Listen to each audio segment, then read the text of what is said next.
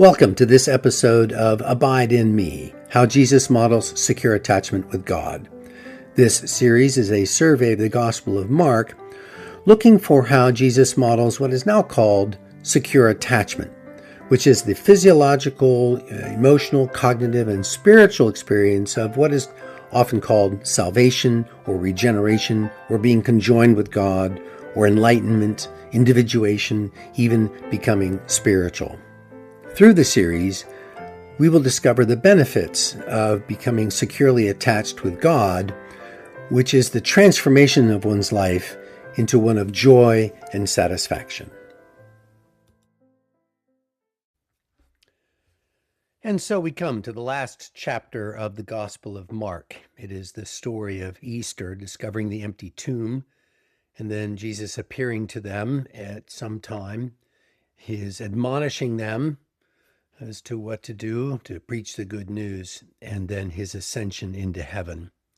Part of the story I want to focus on is the fact that they went from believing one thing, that Jesus was dead, to believing another, that he was not. What is the process required for me to change my belief? It's an ongoing, current conversation for people.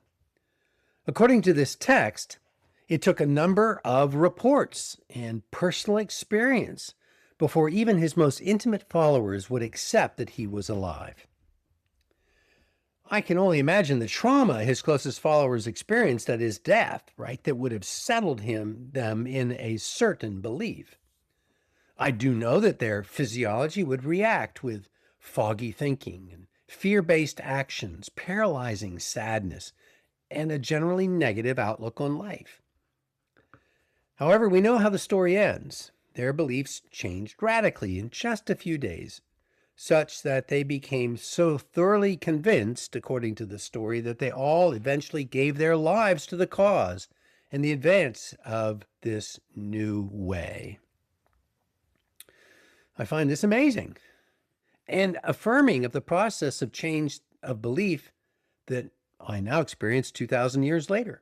A modern review of this text with hindsight improved by spiritual understanding of what happened 2,000 years ago, coupled with our current understanding of how people become emotionally and spiritually connected, attachment theory, allows us to see how this divine love works in us to bring us from merely natural, limited faith to a deeply satisfying and life-changing spiritual worldview. Our faith becomes integrated and part of our way of being. Jesus, in his life and his work, had opened up and made available a new spirituality to humans by means of the Reformation he performed and the glorification of himself. And then he used the devotion of those followers and his promise of a new world to that spirituality, integrating it into their lives, leading them to be able to see this new world, which was in fact not a physical or political world, but the already existing spiritual world now available for them to see and to use in their lives, to connect their spirit with their action. So we now can distinguish two parts: the inner, silent, invisible change wrought by Jesus, and then the followers' experience of the world and nature that they now saw and lived in light of their new spirituality. Now, I'm convinced that miracles such as those that Jesus did are not happening anymore. That's how I look at life. However, there are many spiritual experiences people have had that are miraculous and life-changing. Near-death experiences and messages through mediums being a couple of examples. But they don't rise to the level of universally changing the condition of the human spirit. There have been thus many teachers in the last 2,000 years that have lived and taught what Jesus modeled without having to do those miracles, and so effectively supported our becoming spiritual people, living a spiritual way. the Buddha, the Dalai Lama, Swedenborg, Thich Nhat Hanh, even modern times Richard Rohr. These are the people who are some of my teachers, and I've experienced that integration of faith into living through what they've said. My experience is that they all reveal truths and ways of seeing life that affirm what Jesus has modeled for them and us. I now see that the spiritual development of my life happened after many messengers affirmed the core truth about love that Jesus modeled. I continue to strive to believe and live that way. And then, as I strive to do that, the divine love flowing into natural life awakens in me this new desire, a new way of reacting to the world, and a new way of relating to people. It's not that I'm becoming good or perfect or something. It's that I am now following the model that Jesus taught and that others have echoed. And I must rush to insert here that I am a work in progress, as the saying goes. I am regularly cognizant of missed opportunities, some painfully so. I can experience a secure attachment with God, myself, and others, and the planet, which gives me an effective hope, a healthy sense of self and of my place in the spiritual and natural universe. I experience an acceptance of others that is framed in healthy boundaries, and I have a sense of being connected to all life as a unique expression of natural and spiritual life. So I encourage all people to observe the model of secure attachment that Jesus has given us. As you practice it, your life becomes more and more authentically Christian in the deepest and broadest sense, because you will be expressing the divine love incarnated by Jesus, I believe. Manifesting spiritual, unconditional, unbounded, divine love will change you and your world, bringing heaven to earth. And we now come to this assurance, that there will come a day when we experience the power of love and wisdom unconsciously acting from deep within our minds, driving our thoughts, forming our reactions to emotions, creating our speech and our actions. Our hearts can be at ease and our minds in light with clarity. It is a lifelong journey. At times there will be an ordeal, at times there will be a joy. We have felt buoyed by new enthusiasm at times, but then at other times stopped by fear or grief. We have felt empowered by love, but then also downcast by doubt, wondering, how can I ever find love or joy again? The energy to continue on the journey has been a gift, while not always felt as a blessing. For through it all, there has been a consistent, relentless reach by God, by divine, by the life force for connection and for relationship. The Creator seeks to be one with the creation. And so every moment we remember ourselves, we will feel blessed by that divine drive for connection. Every moment we are thoughtless, as distinguished from mindful, we feel shame and despair at the impossibility of the task of life and of connecting to the divine. And then we read the Gospel of Mark, right? And we understand, we actually get that Jesus did all this already. He has completed the journey. He has revealed a pathway for us to follow. Every word he speaks in the story and every action he takes models how he reaches for a connection with us and how we can copy his model for connection with him, our source, our higher power, and with other people. He tells us, sometimes explicitly, what precisely will impede our journey or that will frustrate our reach for connection, so that we can then repent, as he calls it. That is, turn back to the path, the way that is always right at our feet. This model that Jesus has offered and that so many people have testified to has been tested by billions of people now for over 2,000 years and has been found a most effective guide for achieving a secure attachment with the source and with our fellow beings. And now we have language to describe secure attachment within our multi-part consciousness. While this conjoining with the source is called by many names, nirvana, enlightenment, individuation, regeneration, and many more, they all guarantee the result if the guide is followed and the journey accomplished.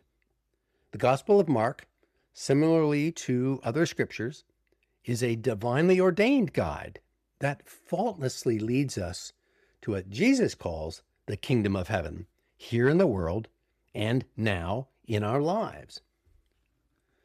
The story before us, this last chapter of the Gospel of Mark, describes in powerful symbolic language what secure attachment looks like. It's not the end of the journey, but a description of what our becoming human then looks and feels like within and what others experience of us. And so it's said that we cast out demons in the name of the Lord, which describes how our behavior forms our mind to spontaneously let go of false ideas and evil desires. We will speak with new tongues, which is a description of how our speech will flawlessly manifest love and wisdom.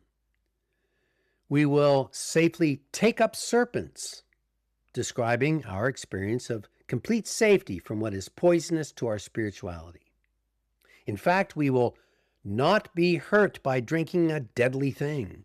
So complete is our immunity from the influence of evil.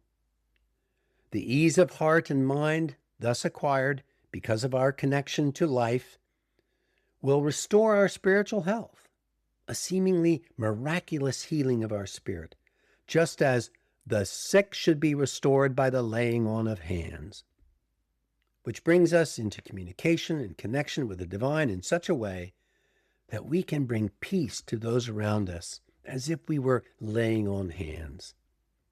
These are images of all the characteristics of a person with secure attachment that we've been describing through all these episodes. One wise psychologist, Sue Johnson, the author of Love Sense and the originator of the therapeutic emotionally focused therapy, which is one of the foundational views for this whole series, she wrote, "The more securely connected we are to those we love, the more we tune in and respond to the needs of others as if they were our own. Moral decisions and altruistic actions spring naturally from our emotional connection with others." And she said, "Secure people see themselves as generally competent and worthy of love, and they see others as trustworthy and reliable. They tend to view their relationships as workable and are open to learning about love and loving." What a beautiful description she gives us of what Jesus is modeling. We experience secure attachment when we believe we have spiritual value as a human being and believe that value is a gift from God. The psychological state is when we feel confident in our beliefs and opinions so that we are not afraid of others' beliefs and opinions. We don't need to be defensive.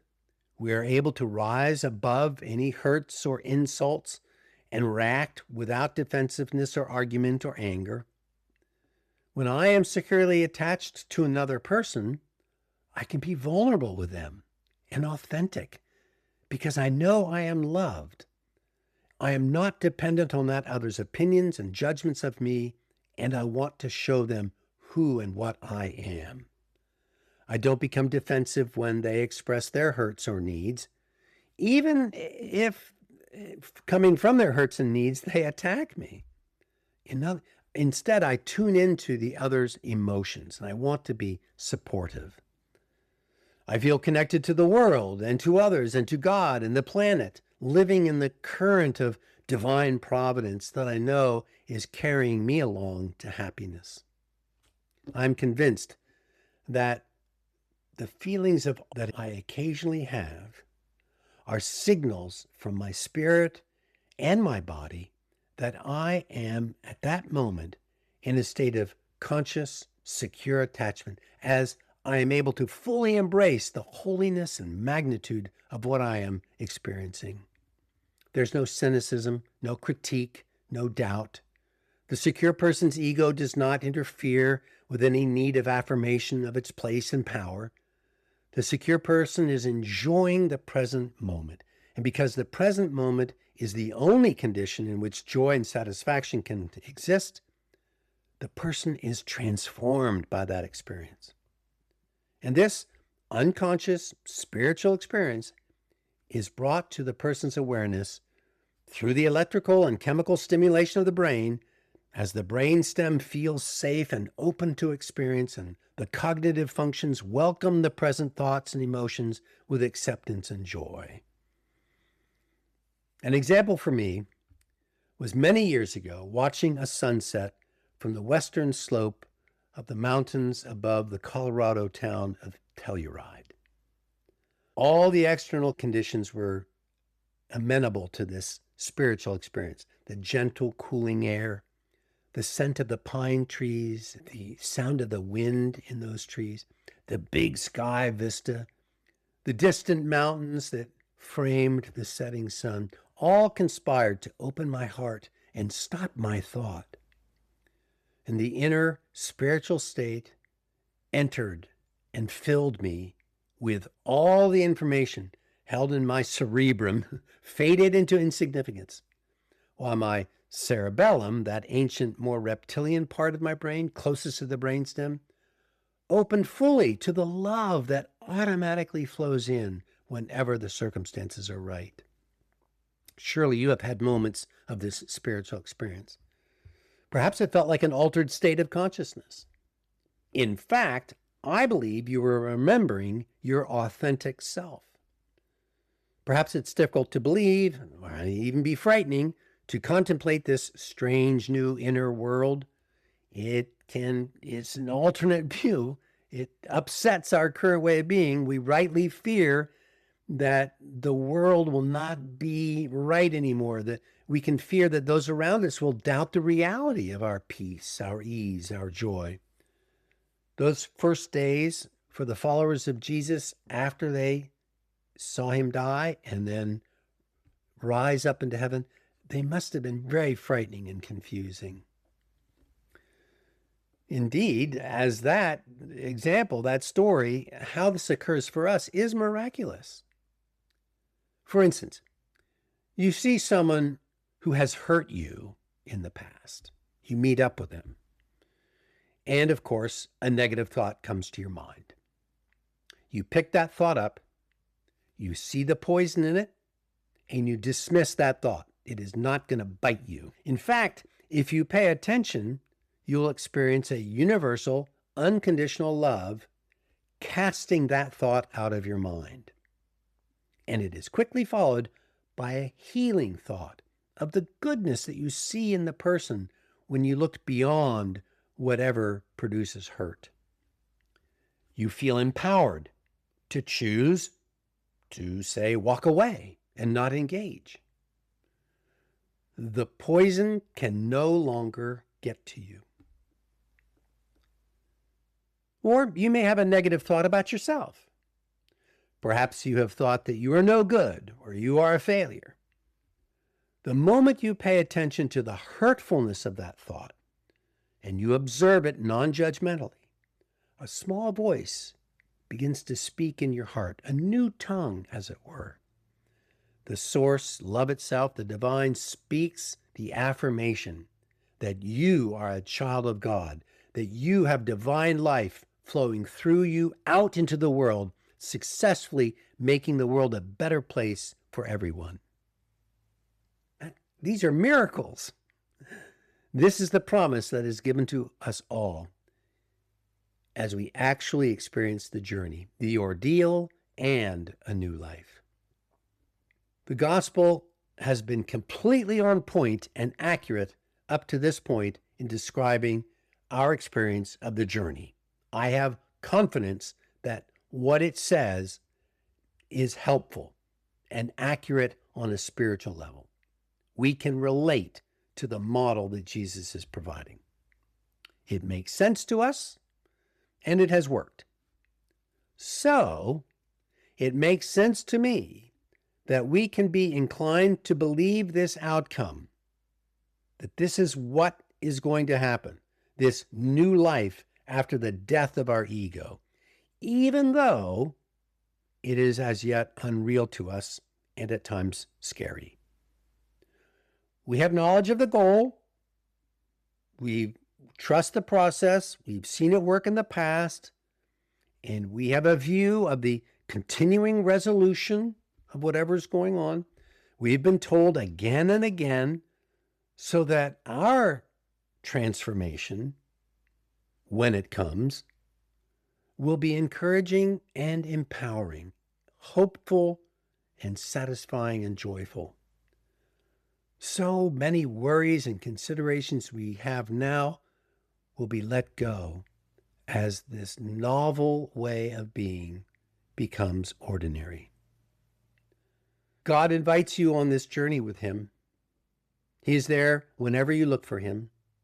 His consistent, unfailing reach for connection with you all along the way will become a secure attachment, a safe relationship in which to thrive as a human being. You will share the healing you experience in all your relationships, fulfilling God's intention for creating you in the first place.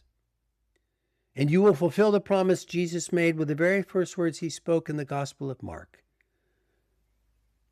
The time promised by God has come at last. The kingdom of God is near. Repent and believe the good news. I hope you have received some benefit from this series.